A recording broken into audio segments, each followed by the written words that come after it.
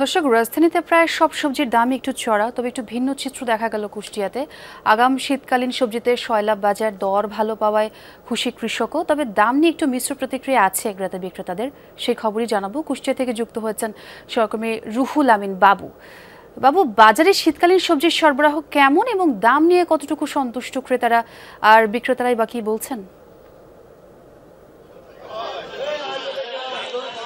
ছোঁয়া, আপনি যে কথাটি বললেন আসলে দাম নিয়ে একটু ক্রেতাদের মধ্যে অসন্তোষ রয়েছে এবং শীতকালীন সবজি হিসেবে যে ধরনের দাম হওয়ার কথা সেটি কিন্তু এখনও বাজারে পাওয়া যাচ্ছে না। এর পেছনে যথেষ্ট কারণ রয়েছে, অর্থাৎ আমরা যারা এখানে পাইকারি বিক্রয় করতে আসেন, চাষি এবং যারা পাইকারি যারা ব্যাপারী রয়েছে আসলে তাদের সাথে কথা বলেছে, যারা গ্রাম পর্যায়ে একেবারে কৃষকের ক্ষেত থেকে যারা এই সবজিগুলো আগেই ক্রয় করে থাকেন তাদের সাথে কথা বলেছে। তারা বলছে যে অনেকেই কিন্তু এই শীতের সবজির সঠিক মূল্য না পাওয়ার কারণে এবারে যে পরিমাণ চাষাবাদ হওয়ার কথা সেই পরিমাণ তারা চাষাবাদ করেননি, করেছে খুবই সামান্য পরিমাণে, সেই তথ্যটি জানিয়েছেন।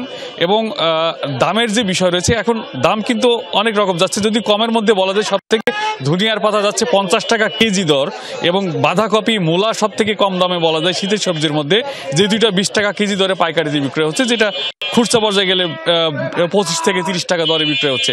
আসলে সবজির এই যে শীতকালীন সবজিটা এখন কি দামে যাচ্ছে, আপনারা পাইকারি কত করে বিক্রি করছেন একটু আমাদেরকে খুব সংক্ষেপে বলুন। আমাদের পাইকারি মূলা যাচ্ছে 20 টাকা, ফুলকপি 42 টাকা, এবং ধনেপাতা 50 টাকা কেজি, বাঁধাকপি 20 টাকা কেজি, গাজরও 50 টাকা, লাউ যাচ্ছে 30, 25, আর বেগুন হইলে 70 থেকে 75 টাকা কেজি। দামটা একটু ঊর্ধ্বমুখী হওয়ার কারণটা কি? দামটা ঊর্ধ্ব করতে বেগুন যেহেতু বাজারে শর্ট আর কি, এক কথায় যা আমদানি হয় সেই পরিমাণ নাই, বিধায় বেগুনের দাম বেশি। কিন্তু এমনি যেগুলো সবজি আছে আপনি মনে করেন দু একদিনের মধ্যে ঠিক হয়ে যাবে বা বাজারে সরবরাহ বাড়লে দাম কম?